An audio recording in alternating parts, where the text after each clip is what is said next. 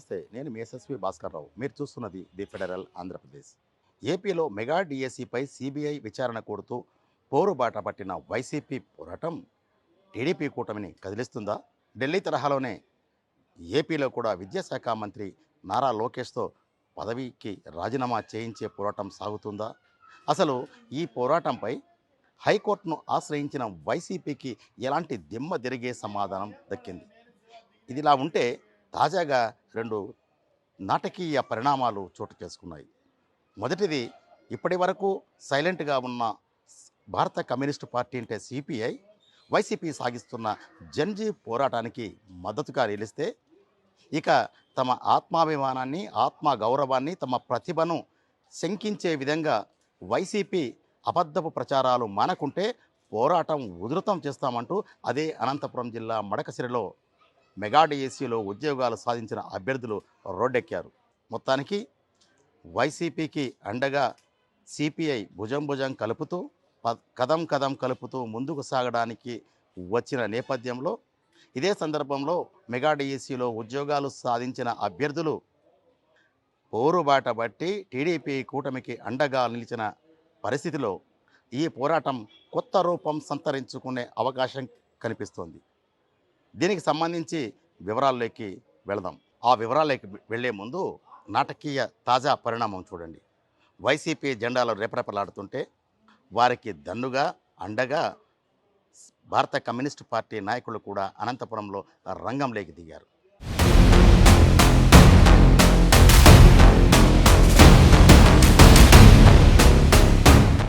చూశారు కదా, ఈ పోరాటం వైసీపీకి ఎలాంటి మైలేజీ ఇస్తుంది? ఢిల్లీ కాక్రోచ్ జనతా పార్టీ సాగించిన ఉద్యమంతో జంతర్ మంతర్ వద్ద చోటు చేసుకున్న పరిణామాల నేపథ్యంలో కాక్రోచ్ జనతా పార్టీ కార్యకర్తలకు, విద్యార్థులు, యువకులు తీవ్రంగా గాయపడిన సందర్భంలో సైలెంట్గా ఉన్న వైసీపీకి సిపిఐ అండగా నిలిచిన నేపథ్యంలో కమ్యూనిస్టుల ప్రధానంగా సిపిఐకి ఎలాంటి ఖ్యాతి దక్కుతుంది? అబాస్పాలవుతారా, లేకుంటే వీరు కూడా వైసీపీతో కలిసి టీడీపీ కూటమిని కదిలించే అవకాశం ఉందా అనేది చర్చకు దారితీసింది. కాక్రోచ్ జనతా పార్టీ రూపాంతరం చెందడానికి కారణం ఏంటి అనే పరిస్థితిని ఒకసారి మనం పరిశీలిస్తే, ఓ విషయమై భారత ప్రధాన న్యాయమూర్తి చేసిన వ్యాఖ్యల నేపథ్యంలో అభిజిత్ అమెరికాలో ఉంటూ తాను స్పందించాడు. కాక్రోచ్లని అభివర్ణించడం పట్ల నిరుద్యోగులందరూ యువకులను సమీకరించడంలో పెట్టిన ఒక చిన్న సోషల్ మీడియా పోస్ట్ 20 మిలియన్ల మంది విద్యార్థులను, యువకులను కదిలించింది. దీంతో యువత అంతా ఢిల్లీకి చేరుకొని ఢిల్లీ పీఠాన్ని కదిలించే స్థాయిలో పోరాటాన్ని సాగించారు. ఈ పోరాటం పూర్తిగా భావోద్వేగంతో కూడుకుని నీట్ పరీక్ష పత్రం లీక్ కావడం పైన సాగించిన పోరాటం చివరికి కేంద్ర విద్యాశాఖ మంత్రి ప్రధాన్ను రాజీనామా చేయించే వరకు ఆగలేదు. ఈ పోరాటం మరింతగా రూపాంతరం చెంది కాక్రోచ్ జనతా పార్టీగా అవతరించింది. అయితే ఈ పోరాటానికి భావసారూప్యం ఉంది. అంటే చీఫ్ జస్టిస్ ఆఫ్ ఇండియా చేసిన వ్యాఖ్యల నేపథ్యంలో పౌరుషానికి ఊపిరిపోయడంతో కాక్రోచ్ జనతా పార్టీ ఏర్పడడం, దీనికి సంబంధించి ఢిల్లీలో జరిగిన పోరాటం అనేది దేశంలోనే కాకుండా ప్రపంచవ్యాప్తంగా తీవ్ర చర్చకు దారితీసింది. దీనికి ముందే టీడీపీ కూటమి ప్రభుత్వం ఏర్పడిన తర్వాత 2024 సంవత్సరంలో మెగా డిఎస్ఏ నిర్వహిస్తామని ముఖ్యమంత్రి నారా చంద్రబాబు ఎన్నికల వాగ్దానం చేశారు. అధికారంలోకి రాగానే ఆ ఫైల్ పైనే మొదటి సంతకం చేసి 16,000 మంది ఉపాధ్యాయుల నియామకానికి సంబంధించి పరీక్ష నిర్వహించడంతో పాటు ఫలితాలు వెల్లడించి నియామక పత్రాలు కూడా అందించారు. ఇందులో అక్రమాలు, నగదు చేతులు మారిందని చెప్తూ వైసీపీ పోరుబాట పట్టింది. దీంతో ఘాటుగా స్పందించిన టీడీపీ నాయకులు వైసీపీకి గట్టిగానే సమాధానం చెప్పారు. అదే సందర్భంలో ఇటీవల నంద్యాలలో జరిగిన ఓ సభలో my dear Jagan, mega DSC పైన మేము చర్చకు సిద్ధం, మిగతా అంశాలపైన కూడా చర్చకు రావాలంటూ విద్యాశాఖ మంత్రి నారా లోకేష్ సవాల్ విసిరారు. మూడోసారి నిన్ను ఛాలెంజ్ చేస్తున్నా Jagan, my dear Jagan, time date నువ్వు ఫిక్స్ చేయి, చర్చకు నేను సిద్ధం, నువ్వు సిద్ధమా అంటున్నా. 16 నెలలు జైలుకి వెళ్ళింది ఎవరో ప్రజలకు బాగా తెలుసబ్బా. దొంగ సొమ్ము పెట్టి దొంగ పేపర్, దొంగ ఛానల్ నడిపించింది ఎవడో కూడా ప్రజలకి బాగా తెలుసు. డిఎస్సి గురించి చర్చిద్దాం. మీరు ముఖ్యమంత్రిగా ఉన్నప్పుడు గ్రూప్ 1 కుంభకోణం గురించి చర్చిద్దాం. క్వార్టర్ బాటిల్ కుంభకోణం గురించి కూడా చర్చిద్దాం. నేను రెడీ అని చెప్తున్నా. అయితే ఈ సవాలుకు సంబంధించి వైసీపీ నుంచి ఎటువంటి స్పందన లేకపోగా పోరుబాటకే మొగ్గు చూపింది. నారా లోకేష్ కంటే ముందే తిరుపతిలోనే SAAP chairman Animini Ravinaidu, MLC Kancharla Srikanth Tirupati press క్లబ్లో మీడియా సమావేశం నిర్వహించి వైసీపీ నాయకులను బహిరంగ చర్చకు సవాల్ విసిరారు. అదే సందర్భంలో సమయం కేటాయించిన ఆ పార్టీ నుంచి స్పందన లేదు. మెగా డిఎస్సిలో అనర్హులకు కూడా ఉద్యోగాలు ఇచ్చారు. స్పోర్ట్స్ కోటాలో కూడా అక్రమాలు జరిగాయి. అందులో మొదటి ర్యాంకు వచ్చిన అభ్యర్థికి ఆ తర్వాత జాబితాలో పేరు లేదంటూ వివాదానికి కారణమైంది. ఇదే అంశంపైన వైసీపీ సిబిఐ విచారణ కోరుతూ పోరుబాట పట్టింది. దీనికి సంబంధించి హైకోర్టులో కూడా కేసు దాఖలు చేస్తే, అది కూడా పబ్లిక్ ఇంట్రెస్ట్ లిటిగేషన్ పిటిషన్ దాఖలు చేస్తే హైకోర్టు దీనిని తిరస్కరించడంతో పాటు గట్టిగా అక్షింతలు వేసింది. బాధితులు ఎవరూ కోర్టుకు రాకుండా మీరు రావడం ఏంటి అని ప్రశ్నించింది. అయితే వివాదంపై అనేక ఆరోపణలు వచ్చిన నేపథ్యంలో విద్యాశాఖ కార్యదర్శి అలాగే sports authority of Andhra Pradesh MD కూడా ధీటైన వివరణలతో అసలు అక్రమాలు ఏమాత్రం జరగలేదు, పారదర్శకంగానే జరిగినట్లు ఇక్కడ స్పష్టం చేశారు. మెగా డిఎస్సిలో జరిగిన అక్రమాలపై విచారణ జరిపించాలని డిమాండ్ చేస్తూ వైసీపీ రాష్ట్ర వ్యాప్తంగా దశల వారీ నిరసన కార్యక్రమాలకు శ్రీకారం చుట్టింది. అందులో భాగంగానే 2 రోజులుగా రాష్ట్రంలోని అనేక ప్రాంతాలలో రిలే దీక్షలు సాగిస్తున్నట్టు వైసీపీ తెలుగుదేశం పార్టీ పైన అలాగే రాష్ట్ర ప్రభుత్వం పైన తీవ్ర ఆరోపణలు సంధిస్తుంది.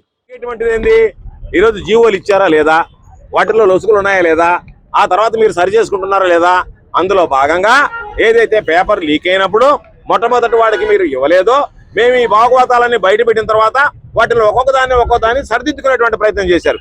ఎంత దుర్మార్గంగా వ్యవహరించారు.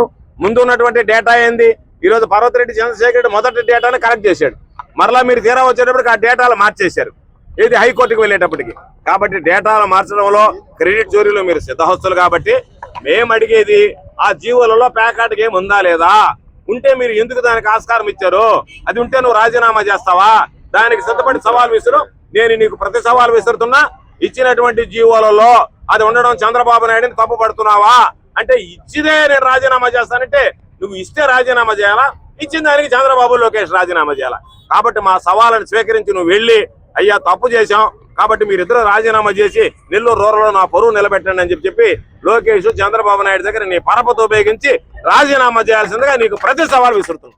రాష్ట్ర విద్యాశాఖ మంత్రి నారా లోకేష్ సవాల్ను పక్కన పెట్టిన వైసీపీ రాష్ట్రంలోని అనేక జిల్లాల్లో నిరసనల దీక్షకు దిగి సిబిఐ విచారణకు డిమాండ్ చేస్తోంది. తిరుపతి, నెల్లూరులో భూమన అభయరెడ్డి, ఆనం విజయకుమార్ రెడ్డి నేతృత్వంలో నిరసనలు సాగాయి.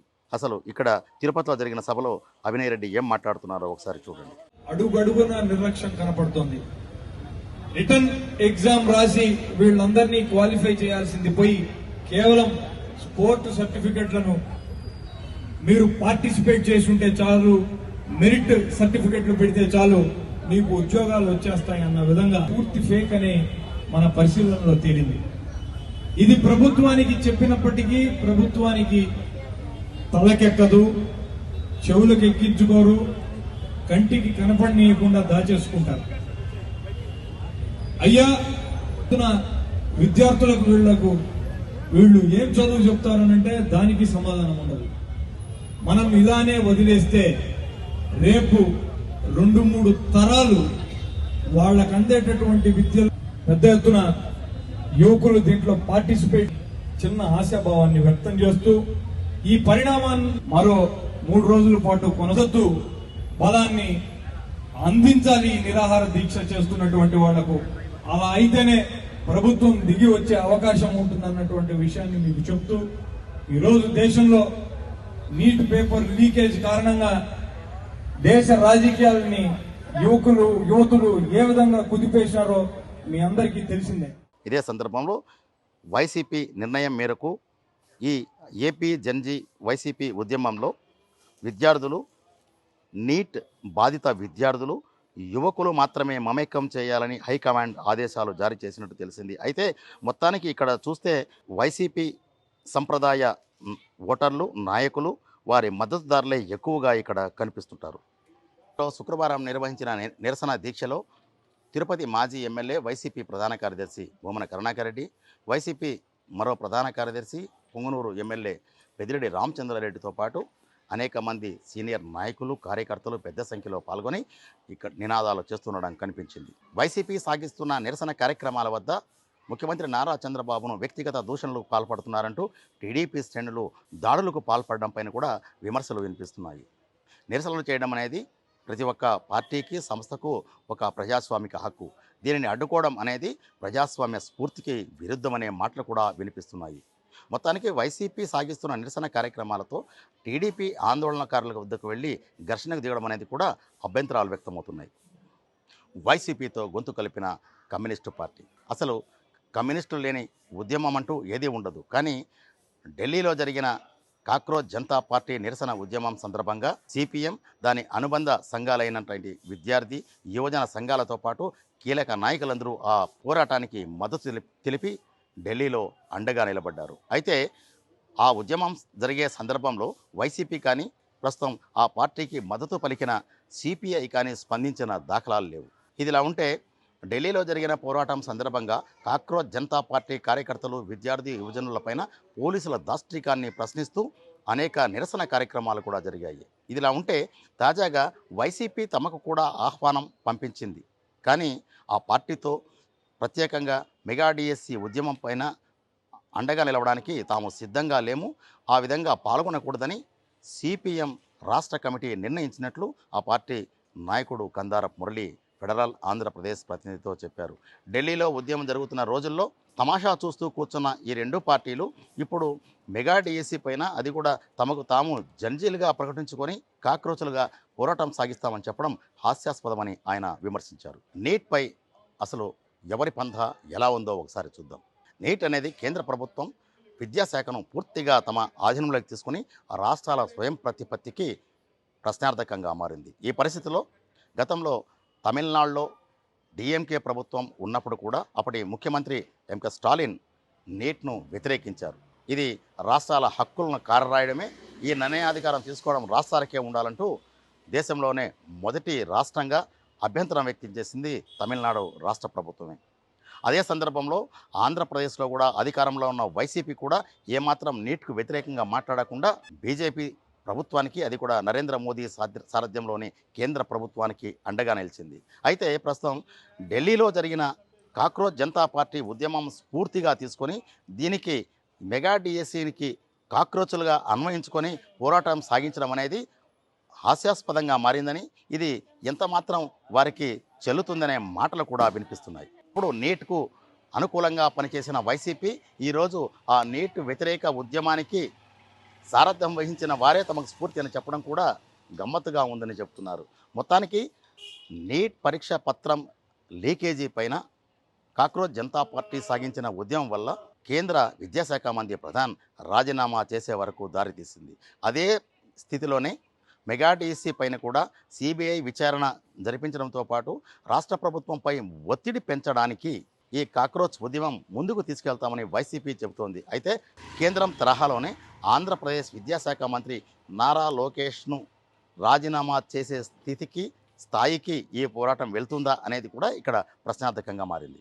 మెగా డిఎస్సిపై పోరుబాట పట్టిన వైసీపీకి సిపిఐ మద్దతు పలకడం అనేది చర్చకు దారితీస్తే మెగా డిఎస్సి పైన అనవసరమైన ఆరోపణలతో తమ వ్యక్తిత్వాన్ని, తమ ప్రతిభను శంకించడం ఏమాత్రం క్షమించదగ్గది కాదని మెగా డిఎస్సిలో ఉద్యోగాలు సాధించిన అభ్యర్థులు ఆక్షేపిస్తున్నారు. అనంతపురం జిల్లా మడకశిరలో భారీ నిరసన ర్యాలీ నిర్వహించడంతో పాటు వైసీపీకి ఘాటు హెచ్చరిక కూడా చేశారు. ఇదే పద్ధతి అనుసరిస్తూ పోతే తాము చూస్తూ ఊరుకోం, పోరాటం మరింత ఉధృతం చేస్తామని కూడా అక్కడి మహిళా టీచర్లు హెచ్చరిక జారీ చేశారు. రాజకీయాలకి ఏం సంబంధం ఉంది? మేము చదివినాము, తెచ్చుకున్నాము. మీరు పెట్టే మేము చదివి తెచ్చుకునే వాళ్ళము. మేడం, మెగా డిఎస్సిలో ఇప్పుడు ఈ వైసీపీ నాయకులు అవకతవకలు జరిగినాయని వాళ్ళు రిలే నిరాహార దీక్షలు చేపట్టినారు. దానిపైన మీ సమాధానం మేడం? మీరు ఎవరైనా కానీ మీరు రాజకీయ నాయకులు ఒకసారి మీరు దగా జరిగింది, అది జరిగింది, ఇది జరిగింది అంటున్నారు కదా. మీరు మా వెరిఫికేషన్ అప్పుడు కానీ, మా ఎగ్జామ్స్ అప్పుడు కానీ మీరు కూడా దగ్గరుండి అంతే బాధ్యతగా చూసుకోండి. మేము వద్దన్నామా? మీరు కూడా కూర్చొని మాకు వెరిఫికేషన్ రావాల్సిన రోజు మీరు డబ్బులు తీసుకుంటున్నారా, లేకుంటే వీళ్ళకి సర్టిఫికేట్ ఉందా? నా సర్టిఫికేట్ వెరిఫికేషన్ చేయడం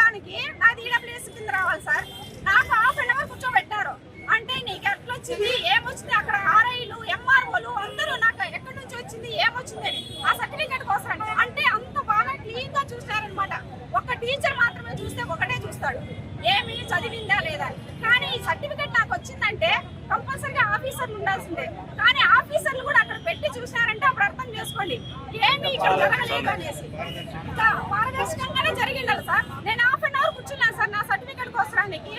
అంటే వాళ్ళు మొత్తం ఆన్లైన్ లో చెక్ చేసిన తర్వాతనే నాకు ఓకే చేసినారు. అప్పుడే నేను అనుకున్నాను అంటే ఇంత క్లీన్ గా చేస్తున్నారు అనేసి. మొత్తం ఏదైనా కానీ ప్రతి సర్టిఫికేట్ కి కనీసం మినిమం ఒక 10 మెంబర్స్ అన్న చూసినారు సార్. అంటే ఒకరు చూడలేదు, ఒకరు చూసి కన్ఫర్మ్ చేసింటే ఆ ఒక్కరికి డబ్బులు ఇచ్చినాం అనుకోవచ్చు. లేదు వాళ్ళు ఇంకోటి చేస్తున్నారంటే 10 మందికి ఇస్తామా సార్? 10 మందికి ఇచ్చే వాళ్ళు మాకు జాబ్ ఎందుకు సార్? షార్ట్ టైంలో చదివిన వాళ్ళకి ఎవరికి రాలేదు సార్. మేము చదివినంతా 10 సంవత్సరాలు 8 సంవత్సరాలు కష్టపడి కంటిన్యూగా చదివిన వాళ్ళకే ఇప్పుడు జాబ్స్ వచ్చినాయి. మాకు బార్డర్ లో అంటే మా ఏజ్ కూడా బార్డర్ లో ఉంది, అలాంటి వాళ్ళకే జాబ్స్ వచ్చినాయి. కానీ ఎవరు అదృష్టవంతులు కొంతమంది వాళ్ళు బాగా చిన్న ఏజ్ లోనే వాళ్ళు బాగా మెమరీ కాబట్టి తెచ్చుకున్నారు. మేమైతే మాత్రము చాలా 8 సంవత్సరాల నుండి సార్ మేము కష్టపడి కంటిన్యూగా చదివాము. గత ప్రభుత్వంలో 5 సంవత్సరాలు మీకు మెగా డిఎస్సి రాని ఇప్పుడు వచ్చింది కదా, దాని మీద అభిప్రాయం ఏం మేడం? మేము చాలా హ్యాపీగా ఫీల్ అయినాం సార్. మేము అసలు చాలా అంటే అసలు నోటిఫికేషన్ రిలీజ్ చేసినప్పుడు మేము షాక్ అయ్యాం సార్. అంటే జగన్ ప్రభుత్వం అయితే అసలు ఏమీ రిలీజ్ చేయలేదు. మేము చాలా అంటే చాలా ఫీల్ అంటే ఇప్పుడు వస్తుంది అప్పుడు వస్తున్నామని చాలా వెయిట్ చేసాం అనమాట. కానీ తర్వాత ఎలక్షన్ టైంలో కూడా ఏదో చూచాలుగా ఏదో జాబ్స్ ఇచ్చారు, అంటే మెయిన్ నోటిఫికేషన్ ఇచ్చారు. కానీ మాకైతే పోస్ట్ అసలు ఏమీ లేవు, మంచి సబ్జెక్ట్ పోస్ట్ అసలు ఏమీ లేవు. తర్వాత తెలుగుదేశం పార్టీ వాళ్ళు వచ్చినారు, నోటిఫికేషన్ అనుకున్న ప్రకారం. ఈ ర్యాలీకి ముందు మడకశిరలోని వాల్మీకి సర్కిల్ నుంచి అంబేద్కర్ విగ్రహం వరకు ర్యాలీ నిర్వహించిన అనంతరం మెగా డిఎస్సిలో ఉద్యోగాలు సాధించిన అభ్యర్థులందరూ అక్కడ ముఖ్యమంత్రి నారా చంద్రబాబు, విద్యాశాఖ మంత్రి నారా లోకేష్, డిప్యూటీ సీఎం పవన్ కళ్యాణ్ చిత్రపటాలకు పాలాభిషేకం చేశారు. ఈ సందర్భంగా వారు వైసీపీకి ఘాటు హెచ్చరికలే ఇక్కడ జారీ చేశారు. వైసీపీ మెగా డిఎస్సికి వ్యతిరేకంగా సాగిస్తున్న పోరాటానికి సిపిఐ అండగా నిలవడం అనేది ఒక ఎత్తైతే, ఇది రాజకీయంగా మరింత ఉధృతమైన పోరాటాలకు దారితీసే అవకాశం ఉన్నట్లు భావిస్తున్నారు. ఇదే సందర్భంలో రాష్ట్రంలో మొదటిసారి మెగా డిఎస్సి అభ్యర్థులు అనంతపురం జిల్లాలో రోడ్డెక్కారు. కూటమి ప్రభుత్వానికి అండగా నిలిచారు.